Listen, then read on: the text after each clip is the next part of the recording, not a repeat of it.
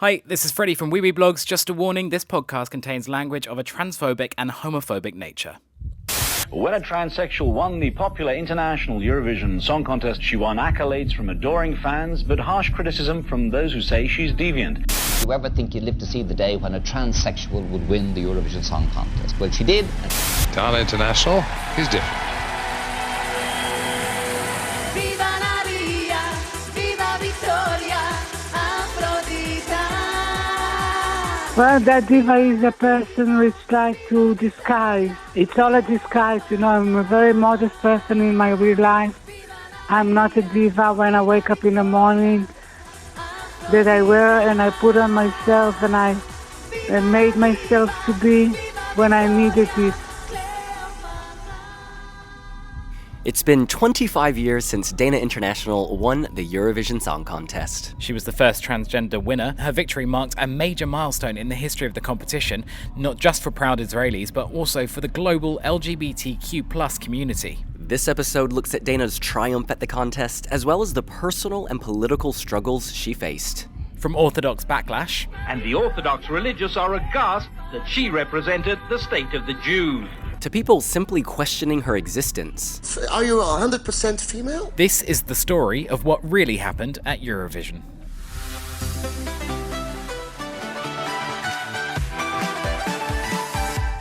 Hey, it's William calling from wiwibloggs, coming to you from the arena at this year's contest in Liverpool. Behind me are a set of doors, and behind those doors, the first dress rehearsal for the grand final is just beginning. Yeah, the city is hosting the event 25 years after Dana took home that glass microphone back in 1998 in Birmingham, also here in the UK. Israel have won it.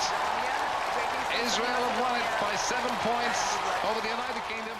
It's the day before the grand final, and we've been here for 2 weeks already, and let me tell you, it is undeniable that queer culture and Eurovision are inextricably linked, from drag queens performing on the streets to voguing performers on the Eurovision stage. Basically, there are gays everywhere, but they weren't always welcome. Yeah, when Dana came to the contest, religious leaders at home called her an abomination and an embarrassment. It doesn't bring to me a honor to feel that I am a citizen of Israel. But at Eurovision 1998, Dana International proved to be a bellwether of changing attitudes. Yeah, and a major change. For the first time in its 42-year history, almost every country awarded her their points using a televote-only system. Now they've done their bit, it's over to you, the viewers, to decide the winner. Don't dial yet, grab a pen and a piece of paper and get ready to write down the phone number for your favourite song. Remember, you'll not be able to vote for your own country. That meant for the first time in the contest, Europe's taste was not measured by a panel of industry professionals, but people sitting in their homes. But what does Dana make of it all?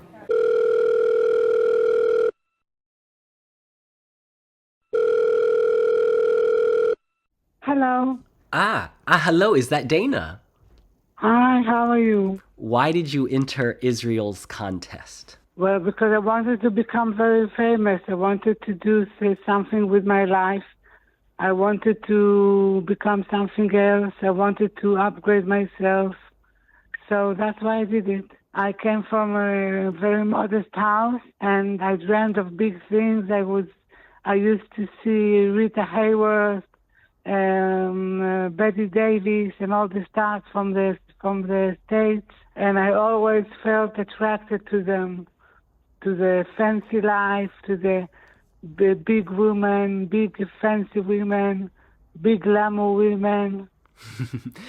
And the song Diva, do you remember the first time you heard it? Yeah, but the first time I heard it, I didn't like it so much because it came not so well it wasn't with a good production, and after we gave it a new outfit, the song became what it became, and I fell in love with it. It's strong women from the past, strong women that I believe I should be known to all, strong people, strong women that we should take an example of. Going into Israel's competition, did you think you would win? I never thought about it.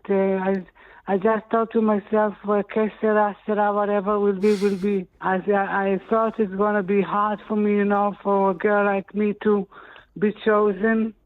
But there was a surprise and people chose me. Was the reaction of the nation always the same, or was it mixed? It was mixed.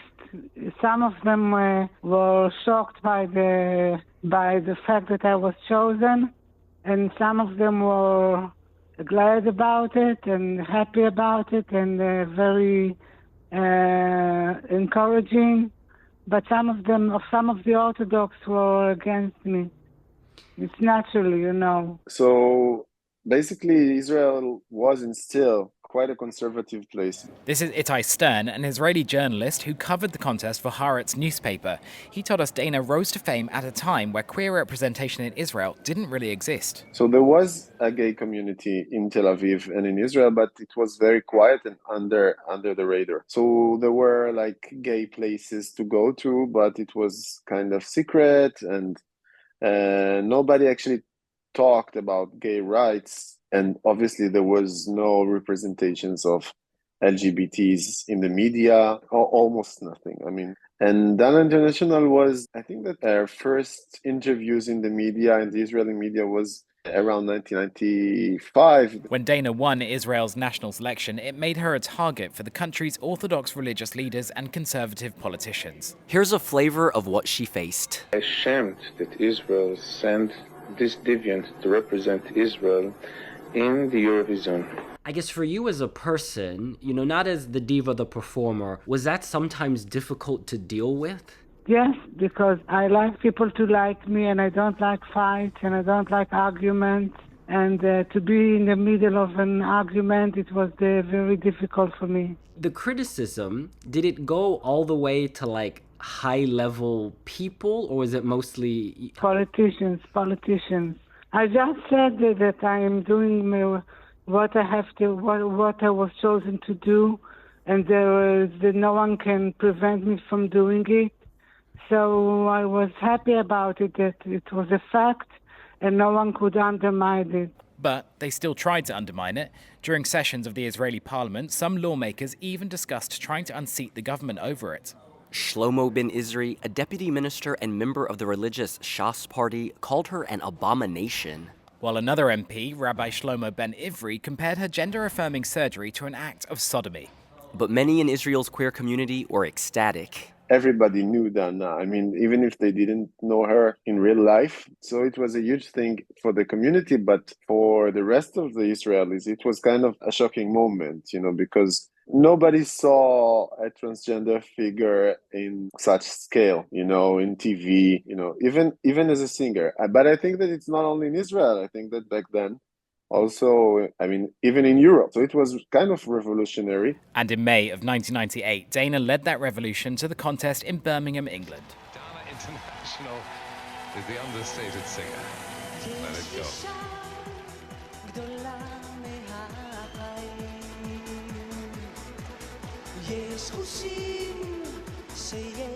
Well, I remember I was shocked. I remember I was amazed by the stage, by so many singers and artists. I remember the 3 minutes going on the stage, feeling very nervous and anxious. It was the best time of my life. And when you're standing on that stage, you're representing Israel, obviously, but you're also the first truly out and proud trans woman at Eurovision. Did you feel extra pressure to represent that community? Yes, I was given a lot of compliments and encouragement from the gay community. So I felt like it was the second nation I'm representing. It was high applause.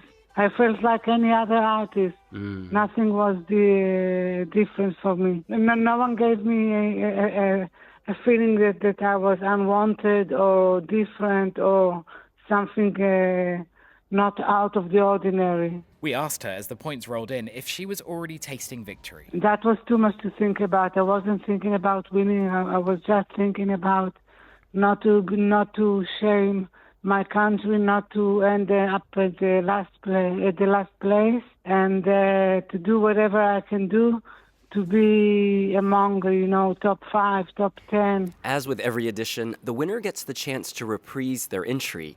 Living up to the title Diva, Dana went to change into a lavish feather costume.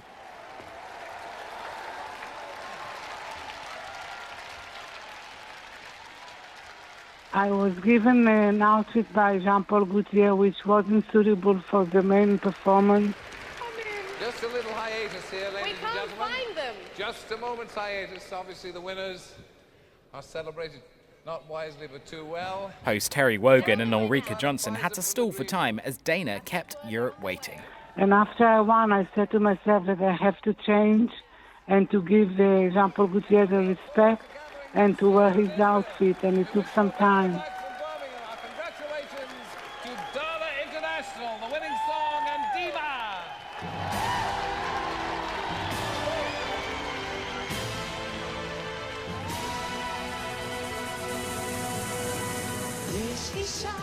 One of those people waiting was Katrina Laskanich, the reigning Eurovision winner from the UK.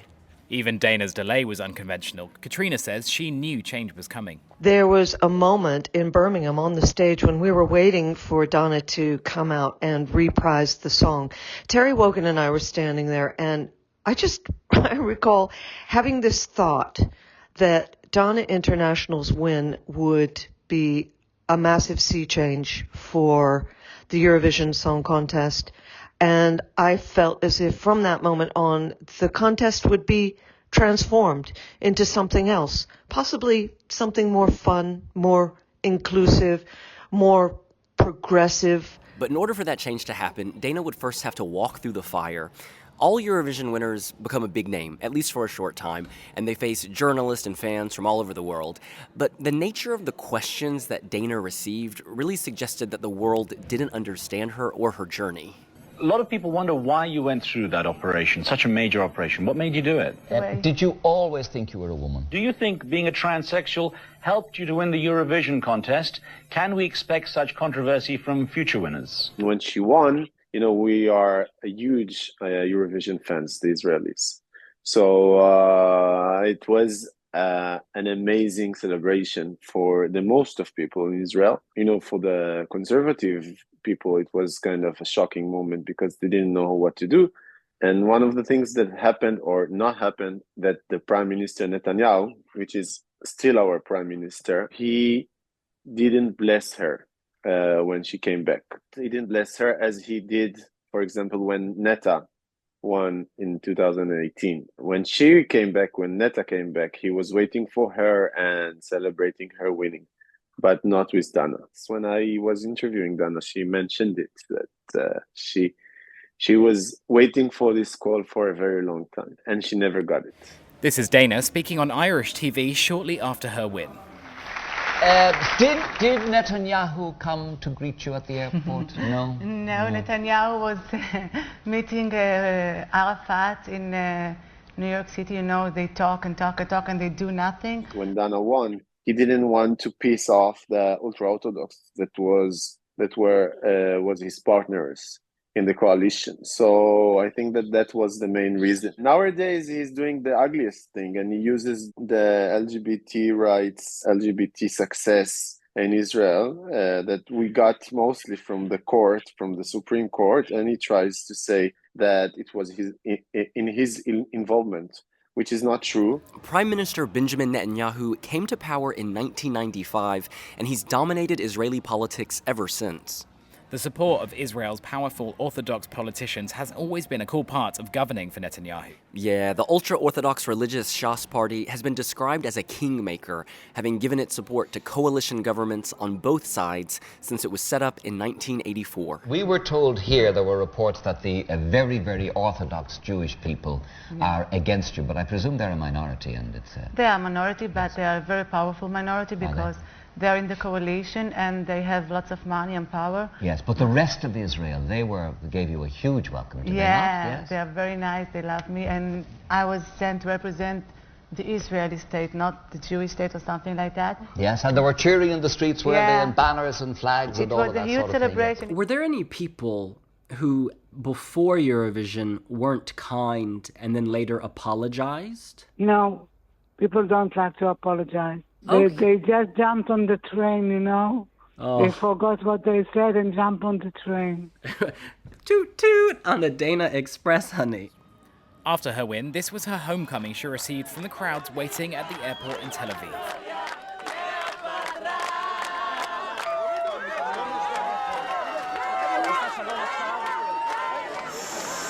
thank you very much, Dana International, for winning the Eurovision contest, for Israel, and also for the whole gay community in the world and in Europe, especially. Thank you very much, all of you. Thank you. Woo!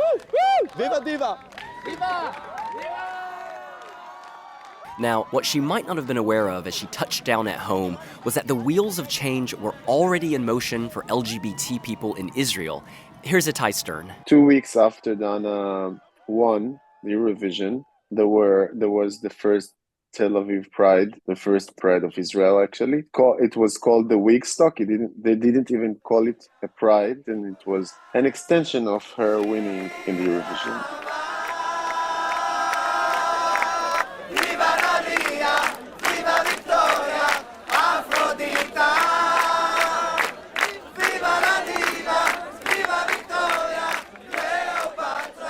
And it was very, very dramatic because the cops, they were super homophobic and they wanted to evacuate the people from the Pride, and they used gloves because they didn't know anything about HIV, gays, gay rights, LGBT rights. They didn't know anything. So she changed a lot, and she was very verbal and about LGBT rights even before. But afterwards, she became very, very vocal about it. But like Dana frequently says, she's modest. She thinks that this progress was the natural course of things. I think it changed because of time. You know, time changes the government. And from year to year, our gay parades are very big. And I think it's just time that opened people's minds. She affected a lot. She improved a lot, not only because of the representation, but because people in the LGBT community started to understand that they don't have to be afraid of anyone or anything, and they can break the closet, not just getting out of the closet, but break it. And it was very dramatic in many senses, but you could see that after a few years, more and more artists started to come out, and, TV hosts. And today we are in a totally different place where so many celebrities are very open about their gender and sexuality. Over the years since Dana's win, queer Israelis have won the right to adopt children, to have their foreign civil unions recognised, and are generally more visible in society, something Itai Stern thinks Netanyahu has capitalised on. He uses the pinkwash as many other dirty political figures, but I think that he also understands that the LGBT rights is a nice flag to use, but he never did something meaningful for the LGBT community. I think that he is still a very hypocrite about this topic, and I think that Dana is just one phase where we can see his attitude towards the LGBT community. Pinkwashing is a label frequently pinned on the Israeli government. Some critics say the country's progressive attitudes to LGBT issues are an exercise in branding to deflect from accusations of human rights abuses against Palestinians. LGBT rights have become, the poster boy for Israeli democracy. This is Eyal Gross, a professor of law at Tel Aviv University. And we can see, for example, that Prime Minister Netanyahu, many times in his speeches in the UN, he would say, in Israel we have pride parades, in Iran they hang gays, or in Gaza they persecute gays. So it's also hard kind of to draw the line between us and them. So to say to the Western world, you should like Israel because we share values on LGBT rights. But Dana is less cynical about this progress on queer rights. It changed dramatically. Now we are free. We have many rights. We are one of the most acceptable countries in the world for considering the gay community, and we have no problem here in Israel. Pro-government publications in Israel reject the idea of pinkwashing. HonestReporting.com says it evokes historical anti-Semitic tropes, specifically that anything Jews do that is good or beneficial must be part of some nefarious ulterior motive. Now, despite the power of the ultra-Orthodox politicians, Dana only spoke of those who celebrated her. I was invited to the Knesset, to the Israeli parliament, to receive a prize, and I was given the key of Tel Aviv from the mayor of Tel Aviv, After the winning, a lot of people wanted my attention, my presence. Do you keep the key? Do you still have it? Yes, of course, of course, of course. Professor Eilgross says Dana doesn't want to perpetuate a negative image of Israel abroad. Dana had said in interviews in Israel that she speaks quite differently outside Israel and inside Israel. She wants to use the image of two. So there was two very famous women politicians, and both of them dead. Shulamit Aloni, who was a champion of civil rights from the left and stuff, and Geula Cohen, who was this very right-wing, hawkish person. And she said, when I speak in Israel, I'm Shulamit Aloni. When I'm speaking internationally, outside, I'm Geula Cohen. Like I'm kind of defending Israel. She, like, I would go to, like, you know, there was a show with her just before the election with a few different artists. So she's saying, remember to go to vote. And it's clear that she means for the left, right? But even when she spoke after her winning the Eurovision, she said, you know, I don't represent only the Jewish state. We have Muslim citizens, Christian citizens. I represent everyone. Eil says that the government harnessed Dana's win to promote the nation. Quite a few years after she won the Eurovision, Israel's ambassador to the US brought her example kind of as part of the pinkwashing to show how liberal we are with LGBT rights. You have to distinguish between the fact that people are fighting for the rights and between the fact that the government is appropriating it. Dana was the latest Eurovision singer helping to shape Israel's image. That's not unusual. Most countries in the contest see it as a marketing tool, or at least a way of presenting themselves as equal to other nations.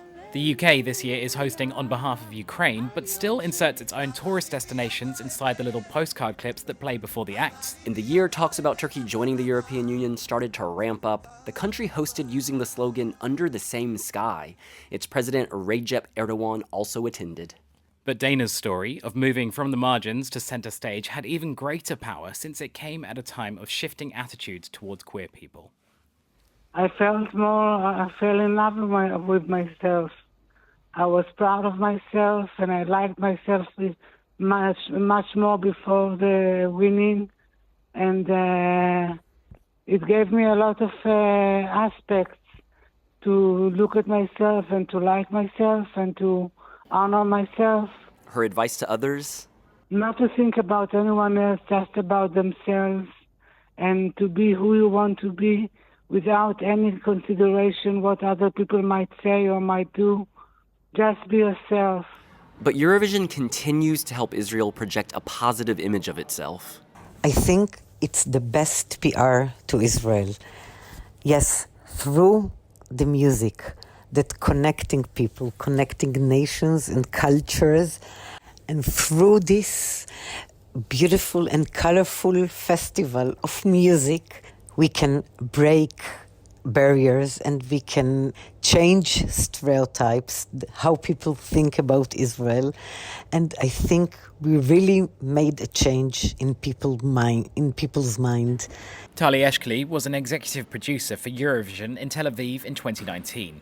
She's championed Israel in the contest for a long time. I really fought hard in order to keep Israel in the Eurovision Song Contest. And I'm happy that all the efforts were fruitful.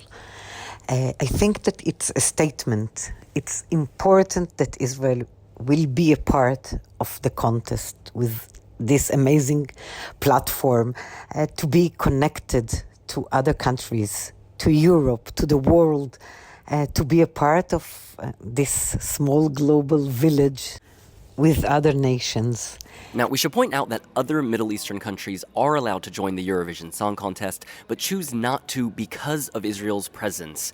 Were Israel to withdraw, it's thought Middle Eastern and Arab nations like Lebanon, Morocco, and Egypt would be more willing to participate. A quarter of a century from Dana's win, people here at Eurovision are still talking about her. We spoke with Conchita Wurst about Dana just a few hours ago.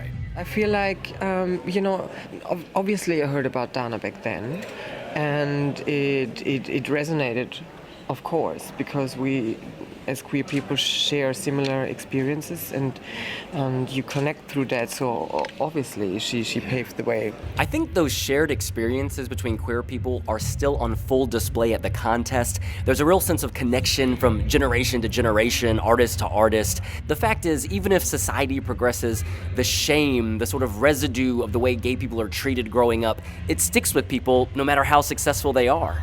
Yeah, Belgium's Gustav, on qualifying, was asked about representation at the semi-final 2 press conference. Speaking very candidly, here's what he had to say. I was a little bit, honestly, I'm going to be very honest, a little bit scared when we were waiting for the results, because there was still a little boy inside of me was like, they will not accept this. There's still this, I think every queer person has this little boy inside of girl or whatever it can be inside of them. It just felt like a really touching thing, because it really felt like a queer message that was about positivity, inclusivity, and about just joy was embraced by Europe. Dana, I just want to ask you a final question. Looking back at your very successful career, what do you want people to remember about you? Just to remember that I was very, I had the courage to go and represent Israel and standing against all obstacles and do it. And it was a very tense competition, you know. There were very close competition between me and the UK and Malta. I would love people to remember that I was the first one to do it. And we'll be publishing Dana's full, unedited conversation with William shortly after this podcast. Yeah, she talks about her return to Eurovision with the song Ding Dong, her new documentary series, and why she's banned from Egypt. Thanks for listening, and we'll see you later. Bye!